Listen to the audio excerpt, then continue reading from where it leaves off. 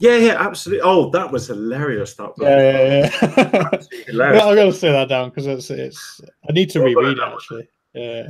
Howdy, I'm Matt. Thank you for joining us here live this afternoon for this week's Mastermind. As you can tell, we're here discussing audiobooks. And Dave's just this second, just to remember, the art of not giving a, you know,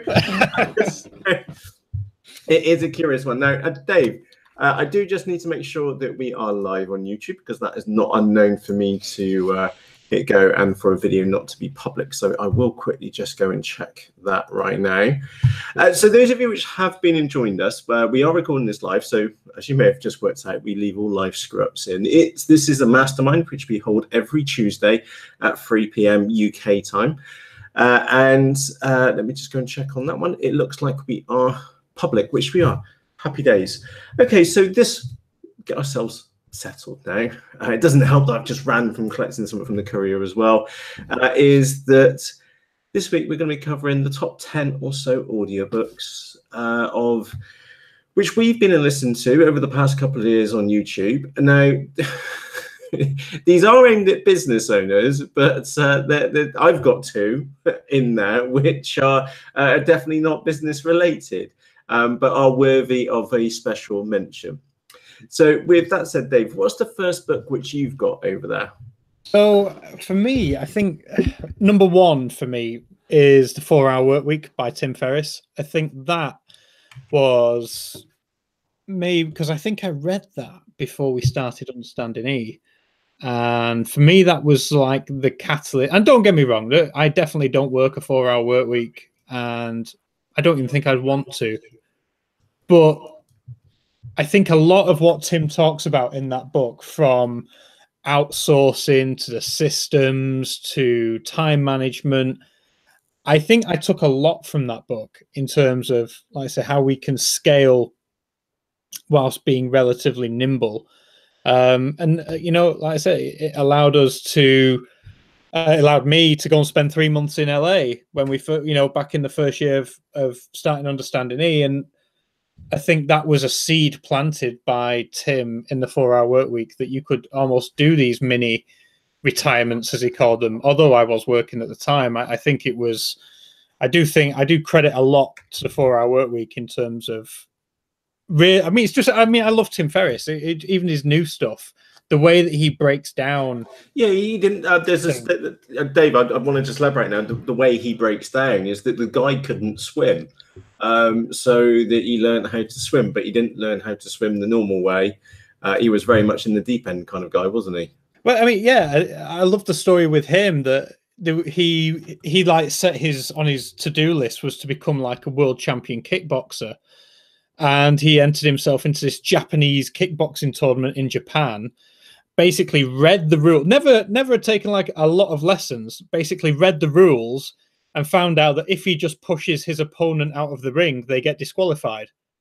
So that's what all he realized was, like, if I cut weight as low as I possibly can, then put it all back on before the fight, I will be massively bigger than most of these guys and just be able to throw them out of the ring. And that's exactly what he did. And it's like, he really does break down what it is that you want and how you go about getting it in a way which, for me, like I say, some people say he's cheating and blah, blah, blah, but I just think he studied the rules and found a loophole in it. So I like how he sort of constructed the lifestyle and how he dissected the work week as such. And like I said, if you love what you're doing, then are you even working? Is pretty much what I took away from that.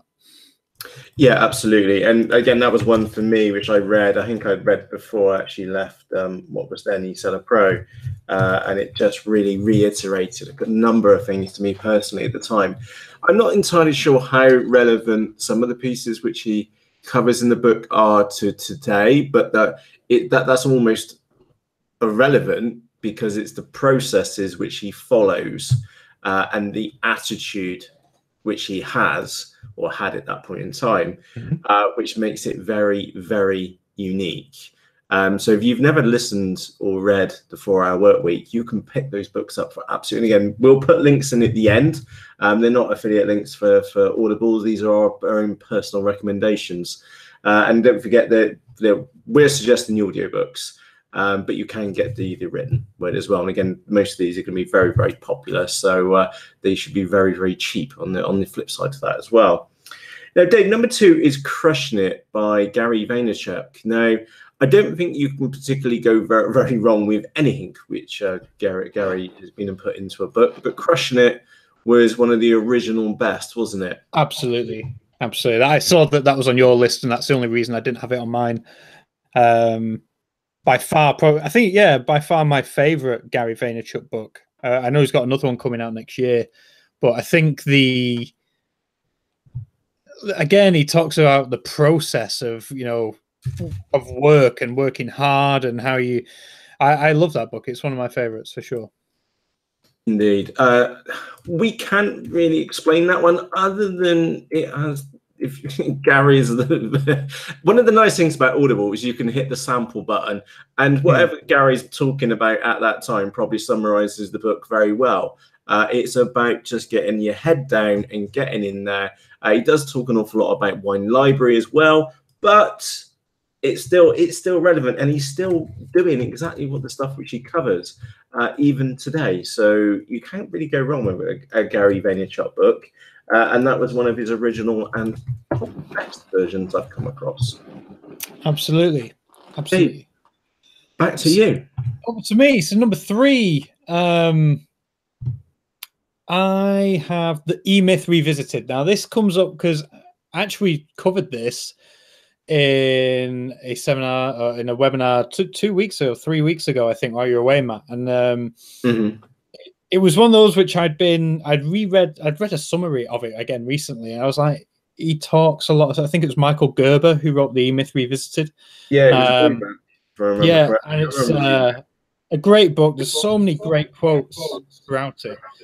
But I think how he breaks down like the 3 personas of a business owner, being the entrepreneur, the manager, and the technician, and how we all have those people within us, and how we need to tailor the percentages that we use those people depending as to the life cycle of our business. I think he pretty much gets it spot on. And just even times today where I think, right, need to rein the entrepreneur in a little bit. Let's get back into manager mode and build out these systems a little bit. And rather than just letting the entrepreneur run wild with vaporware and ideas and stuff. So I think from a business point of view, especially an online business point of view, E-Myth is a fantastic book, and one which would definitely be on my recommended list. I think it definitely should be, and the reason why I'm saying it definitely should be is because it was a book which I read before or when I was at eSeller Pro, so that was a good time for me, and it was one of those which always stuck in my book. And I always remember writing a collection of articles as well to go onto the Last Drop of Ink site too. So by the way, you may notice I'm slightly distracted, and that's only because I'm just getting you all the links for these here in the background. So E-Myth Revisited, I've already popped that in the live chat, and again I'll put links to these underneath. Yeah, absolutely fantastic book. There is an audio version. I don't think I've actually listened to the audio version, but the book version I've read more than once. And I think I gave that book away to somebody else. I did a giveaway on a YouTube video ages ago, and it went off to a new home. So yeah, definitely worthy of mention. And it's funny how Dave says, "What you got? The entrepreneur, you've got what the manager, the manager, and the technician." The manager and the technician. You also have Mr. Lazy in there as well, which he doesn't really mention in the book. But he's a bit of a realist now, a little bit older. Changing tact slightly is that those of you which have got parents, in fact, even if you don't have kids, sorry, those of you which have got kids. Oh, that's just not worked very well, is it? I'll update the link. Sorry, my bad. There you go. This is a 10-part series, which is only available on Audible, and it's called How Not to Fuck Up Your Kids. And it is absolutely hilarious. And I genuinely mean it's absolutely hilarious. Those of which are fathers or mothers, especially fathers, you're going to find that absolutely entertaining. I went literally from one episode to the next episode. I properly overdosed on it. And I haven't found anything which really compares to the guy's wit and the topics which he was covering. I think one of them, it was like, it was Japan, they were trying to get stay-at-home fathers. So you've got these blokes going and trying on the full bodysuit and things like that. At the same time, he's interviewing a pair of lesbians who wanted a child, so that they one of their friends who was gay became the father, and now they all live in the house together with this child. It's just such random things on there. It is just so out there, you just couldn't make it up, and you're either going to love it or hate it from the very, very first episode. And I don't want to spoil this one, but one of the most, that I'm talking about the funny one there, one of the most intriguing ones, which when I first started listening to it, I was like, where is this going? Do people really struggle naming their child? And I don't want to tell you what they named him in the end. It's such a brilliant name, and you go through their struggle. And there's actual naming experts which are out there as well. Very, very fascinating. So those of you which are parents or thinking about becoming parents, how not to fuck up your kids is a 10-part series. They're only about half an hour each. Some are 25, some are like just over. And it's absolutely fascinating. As you can tell by the amount I've spoken about it, I've thoroughly enjoyed that. So yeah, how not to screw up your kids. Brilliant series. Sorry, Dave, go on. Yeah, so next up is this one. 1, 2, 3. This is number 5. For me, it has, and this was close because it's usually my number 1 go-to. It's How to Win Friends and Influence People by Dale Carnegie. Yeah, I had that in my list, and I thought, no, Dave's going to pick that. Yeah, Dave is definitely going to pick that one. Yeah, that is the book which, This is going to sound big-headed, and it isn't meant to sound big-headed, but the number of times, especially like family, come up to me, and my dad gets it a lot because my dad is the one who read this book years and years ago as a businessman, maybe 20, 25 years ago, 30 years ago maybe, and he tried to make me read it when I was like 10, and I didn't get it, and then I reread it when I was about 16 and immediately loved it, and then I've reread it numerous times since. But whenever people say, it's like, oh, Dave, everybody seems to get on with you, you know, people just want to talk to you. I credit that book for that reason, because it isn't like some sort of hocus pocus NLP, how to influence people. It's more just like how to make people listen to you and how you listen to other people. And that's ultimately the trick. It's like you have 2 ears and 1 mouth, use them in that sort of ratio, and you'll be all right. Everybody's it's just like little things, like everybody's favorite word is their own name, and utilizing little things like this. So like, hi, Matt. Dave. Yeah. My uncle came over today, and he's off for a job interview. He's basically, for all intents and purposes, a debt collector within companies, and he has serious issues about staying at long-term jobs for very long. So actually, I don't know why I was discussing this with him, because he obviously has a knack of getting through interviews, because he's got through, and every time I speak to him, it feels like he's had a new job. But he's in the collection side of, that's what he works in. Anyway, which is never the nicest part of the world, job to roll, but he seems to like it. I don't know why, but he does have an air of persistence about him. And where I'm going with this was that you say that people like to hear about their own names and things like that, is that one tactic which I spoke to Richard about, and also I remember John as well, is that when you go into the interview, you don't ask about the salary. You don't ask about how many sick days or days holiday, because you already know that, right? It's almost irrelevant. If you really want to get the job, you start asking really open-ended questions about to the person who's interviewing you. And I always remember John, who was our builder here for absolute ages. He went to a job interview, and I sat him down there and I coached him for 40 minutes. This is what you do. We ran through all these different scenarios, right? Right, you know all the junk. What they're asking to do, you can do, okay? And it sounds like you really want to do it. So it doesn't matter if you have 1 or 10 people on the interviewing panel. You go through and you ask each one of those people how they got to start there and what they do. And don't feel embarrassed. You have to ask every single person. There were 5 people on his board who interviewed him, and John sat there and asked each one of them those questions, and he got the job. They literally phoned him up the next day because nobody compared to him, because he already had the experience was obvious. He looked like a builder as well, huge, great big burly bloke, beard and whatnot, and all he needed to do was just connect with the people. So they just like talking about themselves. So don't underestimate that one. Sorry, Dave. How to win friends and influence people. Yeah, I mean, you pretty much hit it on the head. I mean, it is people like hearing their own name. So it's just little things like asking people about them. And like you said, you've wrapped it up in interview situations. People want to speak with people. It's that is utterly the heart of the book. People do business with people they like. And there's an anecdote in the book where I can't remember exactly who it is, but he tells this story about this person who was such a fantastic conversationalist, was regarded amongst these social circles of being a fantastic person, and yet when anybody was asked what he did, nobody knew, because he spent the whole time asking them about them, and they thought he was a fantastic person purely because he had taken the time to ask them about their lives. Wasn't there a part in there when he got on there? Wasn't there one which he did a study on, and it was about sitting next to people on an airplane? Oh, yeah. All the bloke did was she was asked the other person about them and their lives, and the comments would come about. It was like the most understanding or really talkative person like that. When actually, in reality, the other person had talked their heads off for it as well.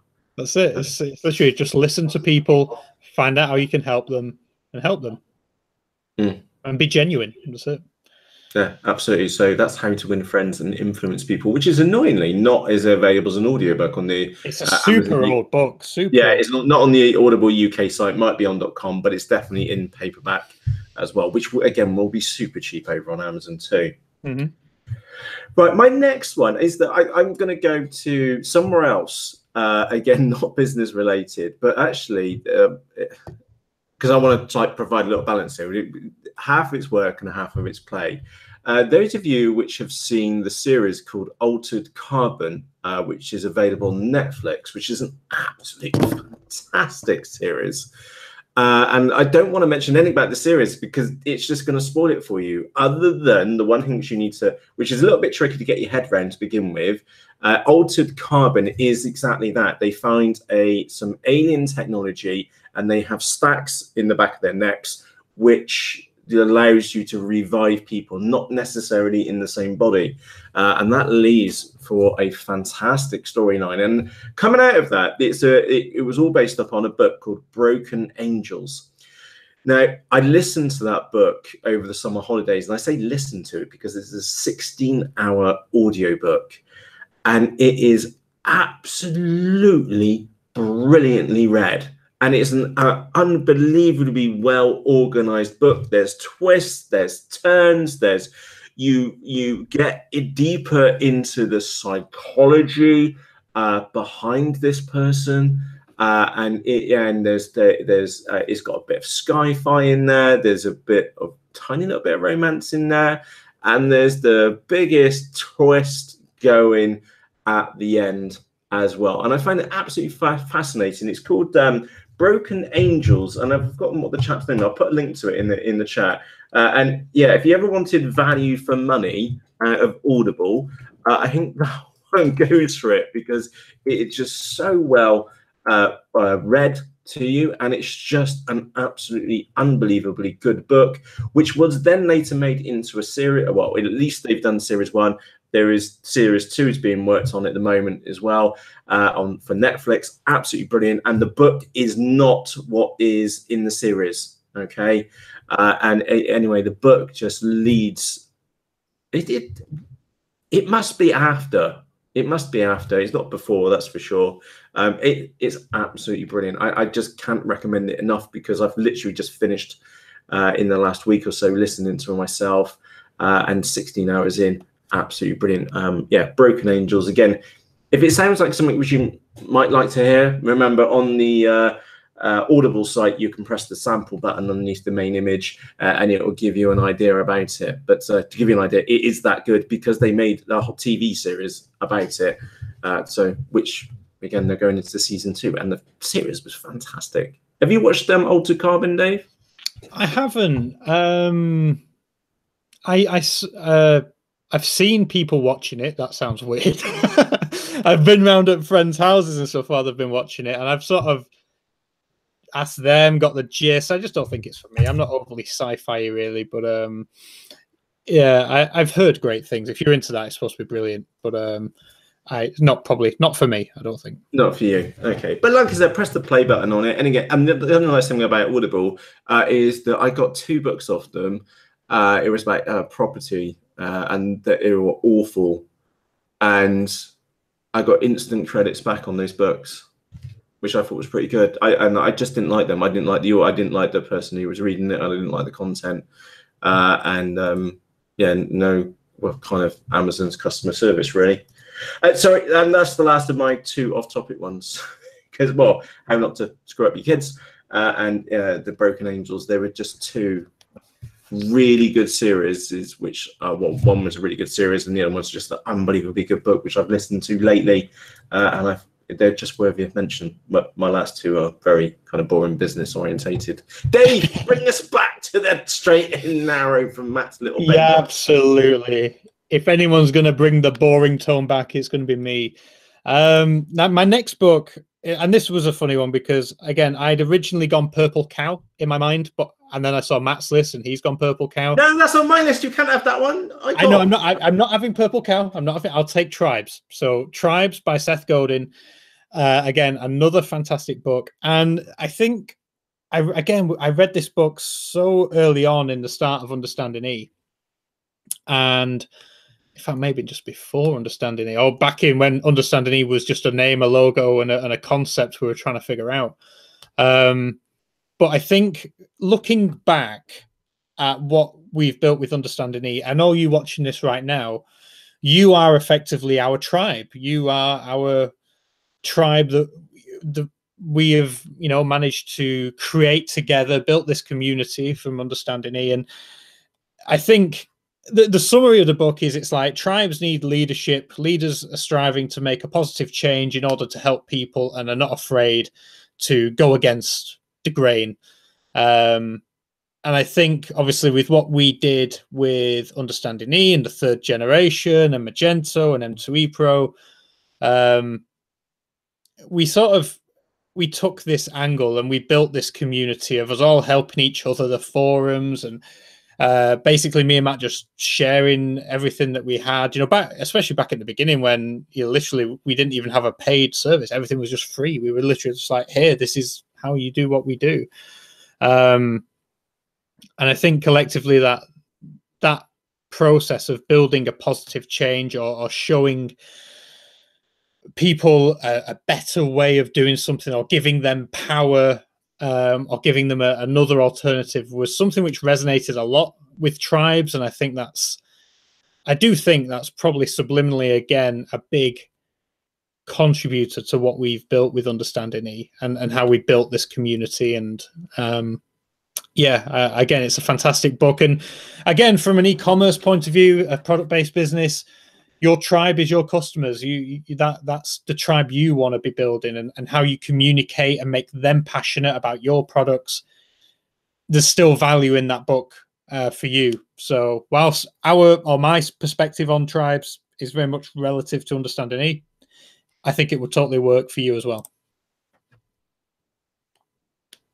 I don't think there's anything more to say about tribes other than that it was written by Seth Godin. I know that should sell it at itself, really. Yeah, Seth is. He's one of the best marketers of all time. Absolutely. And as such, I feel it's very appropriate for us to talk about Purple Cow next as well. So nice segue. It's just perfect timing. Again, I'll pop a link in the chat for Purple Cow. And Seth has many soundbites. So I remember one of my favorite ones of all time was that people don't want email, they want me-mail.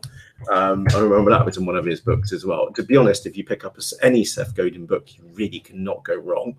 But 2 of definite worthy note is tribes, as Dave's just mentioned there. And the other one is Purple Cow. Now, those of you that haven't listened or read this book is that just imagine that you are driving down the road and you've got the family in the car. So husband, wife, 2 kids in the back, you know, the stereotypical family. You're driving down the country road and next to you, there's a cow and it's a Frisian, but instead of being white and black, it's white and purple. You're going to pull over and go, what the? And you're going to get out of your car and you're going to go over and you're going to have a look at this purple cow. Like, what the? And of course, other people are doing that as well. They're going, driving along and what the fuck? And there's another purple cow.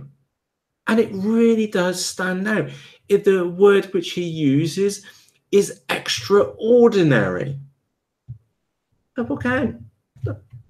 But the problem is that if you're driving along the road and every single field is filled with purple cows, well, they're all a bit boring and they're not extraordinary anymore. So maybe a black and white one's going to be extraordinary because the purple and white one's overturned. Anyway, that was his point, is that to stand out in what you do, you need to be extraordinary. And the simplest explanation which he could provide is a purple cow, because it really would be one of those what the moments. And it's just a really, really good book about extraordinary, and it's really something which I should be listening to. So I've read the book. The book was absolutely fantastic. I might have downloaded a version at some point. In which I add to basket, I will personally, because I remember reading that book and thinking it was absolutely brilliant. And at this moment in time, I've got some credits left over in my Amazon account, and I am going to go and get that one, and I will listen to it next, because I read the physical version, which I thought was absolutely brilliant, and I'm going to go and get it downloaded on the phone and make a point of listening to it, because it is that good. So, and that's a golden oldie, as in it might be 5 years old now at least. So no, it's got to be longer than that. Indeed. Dave, what's your next one? So my final one, my book number 9, is The Subtle Art of Not Giving a Fuck by Mark Manson. That book is brilliant. Absolutely brilliant. If you want to hear how to use swear words in complete context, perfect. Yeah. Perfect. Great content, great use, perfect use of content to slip in the odd profanity. Brilliant. Sorry, it's true. It's true. Maybe that's why it resonates with me so well, because I like to think I can slip swear words in pretty much any sentence, but Mark does it in a way which is he's a level above me. He's a superior swearist. Yeah, he is. Can I just go on a slight tangent here? I was listening to, and was I listening to? Yeah. Basically, what the summary was that people who use lots of swear words are not lacking in words in their itinerary to use. Sorry, I did that on purpose. They're not lacking of words which they have available to them in their vocabulary. They choose to use them on purpose. And people who use swear words an awful lot tend to be very smart people. And maybe that was a reason why I went through swearing so much, but I also do believe that context is king. And I also want to go on a really slight tangent here, is that many of you know I have 2 girls, and we started doing some online gaming, and there was a bloke effing and blinded in the background. And I think probably the nicest thing which Abby did, she wasn't shocked, she wasn't horrified or anything like that. She just leant over and turned the volume down. There wasn't anything there. She's not heard from her dad. So she probably just wishes she could turn you down at times. Yes, I'm sure she could. Yeah, just to make a point, I'm just going to put that there. Purple cow is at the top, which is not in focus. But you'll have to take me away for it. Oh, there we go. Purple cow's at the top. And then we got Start Now, Get Perfect Later, which I downloaded but I haven't listened to. Away with the evacuating and I've just been started. Oh no, I've started another one now. Stop. There you go. That was Broken Angels. Brilliant. Love that one. Sorry, Dave. Bring us back. Yes. No, Subtle Art of Not Giving a Fuck. it's a fantastic book, and I mean, I've read, again, being entrepreneurial and all the rest of it. You do read self-help style books and things like that to make you question your own sanity at times. And I think for me, the fact with The Subtle Art is it's just no bullshit. It really is. It's almost stoic in its delivery, which is funny because, again, another one of my favorite books, which isn't on the list, is Meditations by Marcus Aurelius. And a lot of the, I would say that The Subtle Art of Not Giving a Fuck is almost like a modern day version of that. But yeah, it is what it is. It's sort of telling you to basically don't worry about the small stuff. And in reality, most of it is small stuff. And if you can just find that one thing that you do give a shit about, you will likely do a lot better at it because you're not being swamped by all these other worries, which don't actually even matter that much. I think I've just got pulled up one of his quotes here on the right, and I love it. He basically says, "Who you are is defined by what you're willing to struggle for," and it has all little things like that, like trying to leave a legacy will ruin your life, and all the rest, and all these like funny but very sort of poignant phrases. I think sometimes it's a nice reminder, that book, that when you run in your own business, when when you are the one at the top who has to deal with everything that happens, it can seem that there's a lot of different things to worry about, and sometimes a little reminder that The Subtle Art of Not Giving a Fuck is exactly what you need. So that would be my final book. Yeah, and it's also one of those books which you definitely want to hit the play button on the sample option. Oh yeah. If you're not into swearing, then you're probably not for you. But yeah, if you get easily offended, that's not for you. But it is always done in context. That's the key point. And then when you listen out for the usage of it, then it's not all full of swear words, by the way. It is absolutely fantastic content, improved by the use of the full language available to you. It's very bemusing. Anyway, moving on. Dave, that was a book which I listened to and I said to you, and you kind of got hooked by it, didn't you? Absolutely, yeah. You recommended it. You lent me your Audible account to give it a listen, and I listened to, I think, 3 minutes of it, pissed myself, and quickly went and bought the Kindle version. So yeah. Good. There you go. It is what it is. Right, the next one is actually an autobiography of Elon Musk. It's the audio version. I think for me, it would have been a bit dry as in book form, but it was actually very, very interesting to hear how he got to where he was or is, and some of his mindset behind things.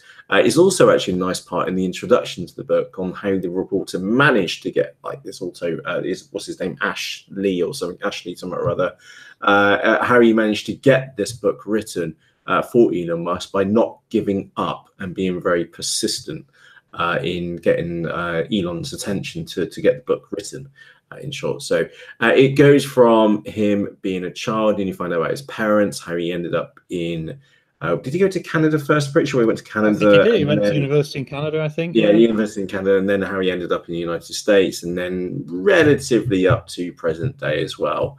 It is biased from, well, of course, it's a biography. It's from very much from his point of view. But nonetheless, I found it very, very intriguing, and I feel better for me having read that book to give a kind of like an understanding to the chap himself. So yeah, it was a curious read, and I think that those of you which have either love, hate, or whatever Elon Musk, it's one of those books which is definitely worthy of a listen to, at least in the background. And again, I am somewhat hesitant at the moment after watching a video this morning about Elon Musk. So that's why I'm stumbling a touch by a crazy Australian guy. But crazy in a good way. But the guy did raise some very valid points, so that's why I'm being a little bit hesitant on there. At the time, I really enjoyed the book, and again, it's one of those books which I would strongly recommend to anyone. If you've got an inkling about Elon Musk, if you want to go a little bit deeper, the audiobook, again, really, really straightforward, and it's a credit on Audible. I actually had lost a credit a couple of days back, and I'm now down to 4 credits available. So I do get through the credits on there, but there is a limit on having 6, I think, backed up.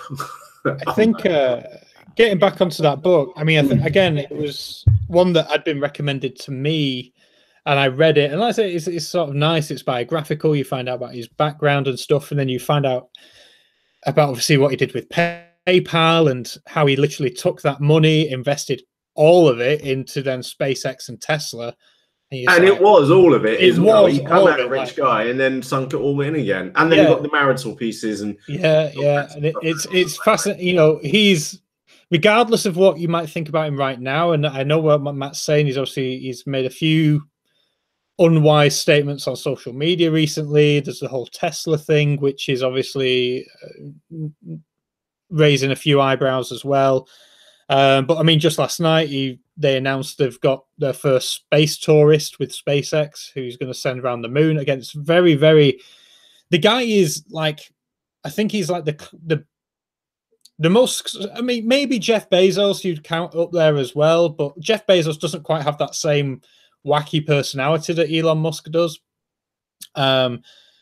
He's an eccentric. He's a weird guy, but he's fucking brilliant in how his mind works and the way he goes about solving problems. So yeah, definitely play the long game in many cases. Oh, absolutely. He's looking at like lifetimes ahead of where he knows he's not going to be around to fully see his work complete. Which is incredible to be able to think that far in advance. But he's also apparently working on being able to download memories and consciousness to a computer. That's another thing that he's been dabbling with. So maybe he thinks he will live forever. I don't know. Yeah, there's an interesting thing off the Audible page, which says Elon Musk is the Steve Jobs of the present and of the future. And for the past 12 months, he's been shadowed by tech reporter Ashley Vance. Elon Musk is an important, exciting and intelligent account. Elon Musk, as in the book, is an important, exciting, intelligent account of the real life Iron Man. So again, that's who the Iron Man was modeled off, if that made sense. But he was obviously given some real personality, which was more appealable to the masses, if that makes sense. So yeah, very, very curious. And if you ever just wanted to know a little bit more, you can use it as a credit on Audible. And like I said, Dave put it quite politely, things which are going on at the moment, put certain things in doubt. I'm sure that will just buff out in time. I'm sure. And also he was actually on the Joe Rogan podcast about a week or 2 ago. Was that the one which was on YouTube, which I didn't watch, but stuck in my watch history? Maybe. Joe Rogan's podcasts are on YouTube, but it's like an hour and 45-minute conversation, I think. Really good. I had it on the other day whilst I was working, and he got in a lot of shit for that. I think Tesla's stock plummeted 7% because he smoked some weed live on the video. But live on the video. yeah. He's in California, it's legal, so it is what it is. But still, it's just getting to listen to how his mind works and stuff. It's fascinating. Very fascinating guy. That's funny. I didn't know that. You should watch it. I would recommend watching it. Watch it. Brilliant. Right, Dave. By the way, we could. This is a small selection of the books which we've listened to and have really enjoyed. And you've heard a couple there where both me and Dave have listened to them or read them and thought they've been absolutely fantastic. There are some like definites in there. For me, it's always been Purple Cow, so I'm trying to be extraordinary. And for Dave, I know How to Win Friends and Influence People has always been a big one for Dave. I remember when I first met him, it was one of the things which we first discussed. And it definitely does work for Dave. So I am just going to quickly recap the ones which we've discussed. So the first one was the 4-Hour Workweek by Tim Ferriss. An oldie but goldie, if that makes sense. Next one was How Not to, well, kind of in order anyway. How Not to Fuck Up Your Kids. Absolutely brilliant. If you are a parent or thinking of becoming a parent, that one, I don't know how, if you were female, how you would take it, but I know from like a father's point of view, I laughed my head off so many times through that series, and it's nice little episodes as well, and there's 10 of them, and at the end I really wanted more as well. So they were that good. They were really, really good. We then spoke about Crushing It from Gary Vaynerchuk, one of the quality originals by, again, another fantastic person in general. If you know of Gary Vaynerchuk, Crushing It is just, it summarizes Gary. And many of his other books and stuff. That's the best way of putting it. If you would attribute one book to Gary Vaynerchuk, it's that one. It's just him on paper. Yeah, exactly. That is right. Gary Vaynerchuk on paper. We spoke, going slightly off topic, we spoke about Broken Angels, which is the book which is behind the Netflix series called Altered Carbon. Again, I absolutely loved the TV series, then found out it was based upon a book, then listened to the book, and at no point in time did I feel that a 16-hour audiobook dragged. That's how good it was for me. At least it had everything in there for me, and it didn't overlay the book. It just kind of put the TV series in context. So, and again, I listened to that over the summer holidays. It is a long one, but if you want value for money for one credit on Audible, Broken Angels is 16 hours plus. Absolutely brilliant. And it's got twists and turns and just so expertly read. As you can tell, I'm a big fan of that one. We spoke about Elon Musk as well. We were just chatting about then the real life Iron Man. Got his name then for a second. E-Myth Revisited, again, an older book, which is now available as an audio version. And I've read it, Dave's read it. Have you read it? If not, we think you probably should read it, because as a business owner, those 3 little hats which you wear, which were, what were they?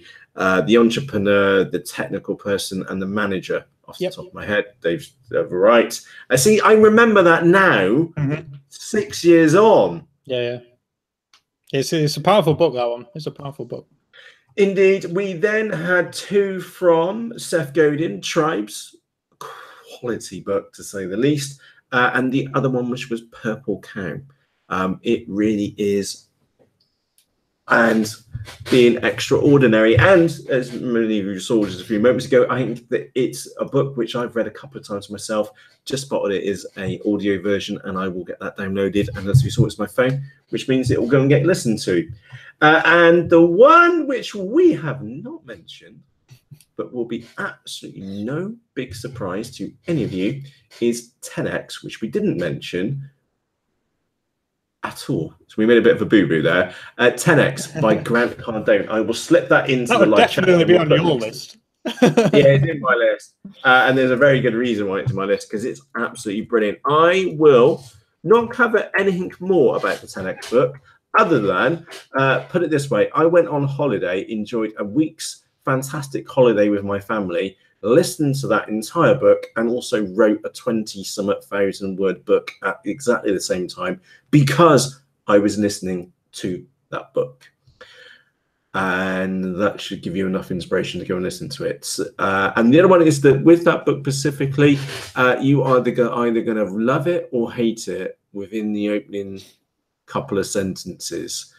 He really does weed out the weeds at the very beginning as well.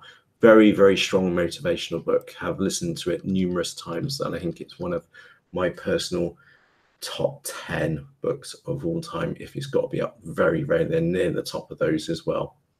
So there you go. There's our top 10-ish business-ish books, which we think that you would be interested in, which are, most of these are all available on Audible, and all of these will be definitely available in paperback as well. And because they are so popular too, is that they will be very, very inexpensive as well, just from secondhand. Even new, I'm sure they're pretty cheap as well.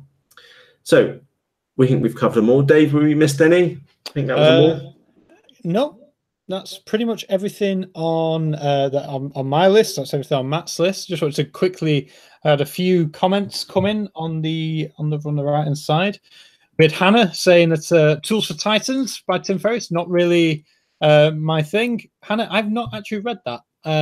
Tools for Titans. I did see that comment earlier. Sorry, Hannah. I've seen it. And I think the gist of that is Tim Ferriss has been around asking a lot of his famous friends and influential people, for paragraphs or little tips for success. I think that's the gist. I haven't read it. Hannah, yeah, I think there's a reason I didn't read it, because I must have read. I know exactly what the book looks like. It's got that orangey ready cover and just in big letters, Tools of Titans on the front. I must have read the summary for it and just decided it wasn't for me. But the 4-Hour Chef and the 4-Hour Body are both other books by Tim. Pretty good. I mean, the 4-Hour Workweek is still at the top for me. Yeah, I remember the 4-Hour Chef coming out, and it was the 4-Hour Body which came out. Yeah, and it wasn't about business, or entrepreneurship. To be fair, it was basically him taking his hacking attitude to work and now taking it to health. So again, it's typical Tim Ferriss deconstruction. But yeah, the work week for me is the one that sticks out. Cool beans. There was another question there, Dave. Hobby Base. Are you guys going to be Olympia next week? This was a great question, James. We were supposed to be there, or I was supposed to be there as part of eSeller Cafe. eSeller Cafe is a media partner for the event. eSeller Cafe is also a media partner for the e-commerce awards that night. But it's not looking likely that I'm going to be there. I know Matt isn't going to be there. So no, whilst we are covering the event and sponsoring the event, we are not actually going to be there this year. I don't fuck it, honesty. It's a long way to go for an event, which... That's what I was going to say. I don't really want to go to London. If I'm honest, didn't fancy travelling. I'm not sure what I'd get out of it. As selfish as that sounds, it's a long way to go with the train, overnight in the hotel, blah, blah. I don't think there's enough there to warrant me doing that. My time could be better spent here, working on Magento 2 stuff, working on eSeller Cafe content, whatever it might be. So, no, not going to be at Olympia next week, but I am going to be at E-Commerce Show North in November, which is up here in Manchester. It's the one that we went to last year, Matt. And I'm on a panel. That's all I know. I'm on a panel. What the panel consists of, I don't even know yet, but I'm on a panel. I've seen the tweets. It seems to be official. And also eSeller Cafe are covering that event as well. So happy days. Yeah. Happy days. So yeah. There was another question. Sorry, go on. I was going to say, if you want to see us in person, or me in person, I'll be at Manchester Media City, whatever it's called. Expo, I don't even know. It's somewhere near the Trafford Centre in November. I'll let you know. Keep an eye on UnderstandingE and the eSeller Cafe near the time. Indeed. And Mike, we all agree, we didn't realise we were so clever. Absolutely. The arts of using swear words. And the last one from Mike as well. Have you listened to John Ronson's audiobooks? All brilliant. No, I haven't. And actually, while Dave was talking then, I was just looking up here in the background. And I have no idea. I will go and take a look in a moment. You can tell he's kind of, the Psychopath Test. So it's got 2,280 ratings, reviews. So it can't be that bad, you know? So we'll go and take a look. And it looks like it's 7 years old, that book. And then there's a newer one here as well. And again, another one, 2,800 ratings. So that was from 2015. So you've publicly been shamed. I have no idea what the contents of those are, but Mike, I will go and listen to the samples here in the background. And if they're really good, I will go and get them downloaded because I now have 4 credits left to use and abuse on Audible. Happy days. So thank you for the tip. I mean, my computer locked up a minute there, so apologies if I missed something. But John Ronson, he does a fantastic TED Talk on, it is the Psychopath Test, I think. He talks about his interest in psychopaths, and He does it's only about a 15-minute talk, but he talks about how there's this prisoner who tried to plead to be tried to fool the system into thinking he's a psychopath in order to get a lower charge for a crime he'd committed. Did such a good job, ended up in a top level, might have been Broadmoor, something crazy, some sort of mental hospital, and then realized the mistake he'd made, and then could not convince them that he was actually sane. And it's a fascinating story. Great TED talk. I've just got that loaded up here in the background. I'm going to get played. Brilliant. It's such the way he tells. It's almost creepy the way he tells the story, but it's brilliant. Yes, I will pop that in the live chat as well for you. There we go. And James, if you go in, Mike's also going. You fancy a meet up and a coffee? I've just seen there in the chat as well. Anyway, it is time for us to wrap up. Thank you for joining us here live for this week's Mastermind. We will be with you again, 3 p.m. UK time next week. Same place, same time, same people. Happy days. Looking forward to it. From myself, Matt. And from me, Dave. Cheerios. Have a great week, guys. Hit that like button and subscribe. Oh, yeah. Likes and subscribes to the side. Cheerios. See ya.